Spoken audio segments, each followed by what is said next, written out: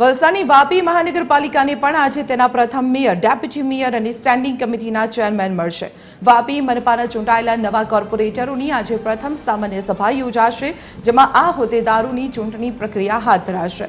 મનપાનું mayor પદ OBC મહિલા માટે અનામત હોવાથી વોર્ડ નંબર 4ના દક્ષાબહેન પટેલ અને વોર્ડ નંબર 1ના ભૂમિકાબહેન પટેલનું નામ મોખરે છે, જ્યારે સતીશ પટેલ સ્ટેન્ડિંગ કમિટીના ચેરમેન બને તેવી પ્રબળ શક્યતા છે. મનપાની કુલ 52 બેઠકોમાંથી 37 બેઠકો પર પ્રચંડ વિજય મેળવી ભાજપ સત્તા પર છે. હોદ્દેદારોની સત્તાવાર જાહેરાત ભાજપના મેન્ડેટના આધારે થશે, જેની સાથે સસ્પેન્સનો અંત પણ આવશે. સંવાદદાતા રીતેશ પટેલ અત્યારે અમારી સાથે વલસાડથી જોડાયેલા છે. વલસાડથી રીતેશ, કહી શકાય કે વાપી મનપાને આજે તેના હોદ્દેદારો મળવાના છે. ઓબીસી મહિલા માટે મેયરનું પદ અનામત છે. કોના નામ સૌથી વધુ ચર્ચામાં છે અને કોણ મોખરે લાગી રહ્યું છે?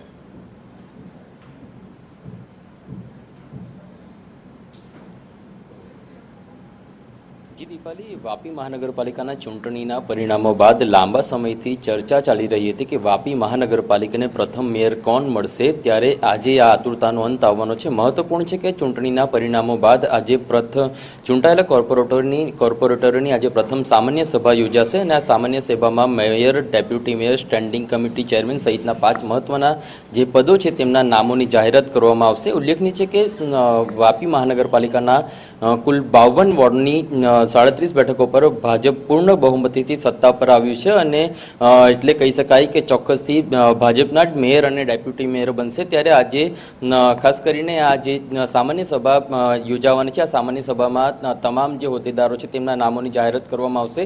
ખાસ કરીને જે વાપી મહાનગરપાલિકાનું મેયર પદ છે તે ઓબીસી મહિલા માટે અનામત રાખવામાં આવ્યું છે, એટલે કે આ જે ઓબીસી વર્ગમાંથી આવતી જે મહિલા છે તે જ વાપી મહાનગરપાલિકાના પ્રથમ મેયર બનશે. ત્યારે ખાસ કરીને આ જે મેયર પદની રેસમાં અત્યારે વોર્ડ નંબર 4ના દક્ષાબેન પટેલનું જે નામ છે તે અત્યારે મોખરે છે. સાથે જ વોર્ડ નંબર 1ના ભૂમિકાબેન પટેલ છે તેમનું નામ પણ ચર્ચાઈ રહ્યું છે. સાથે જ બીજી તરફ જે સ્ટેન્ડિંગ કમિટીના ચેરમેન છે તેમાં સતીશ પટેલનું પણ નામ અત્યારે ચર્ચાઈ રહ્યું છે.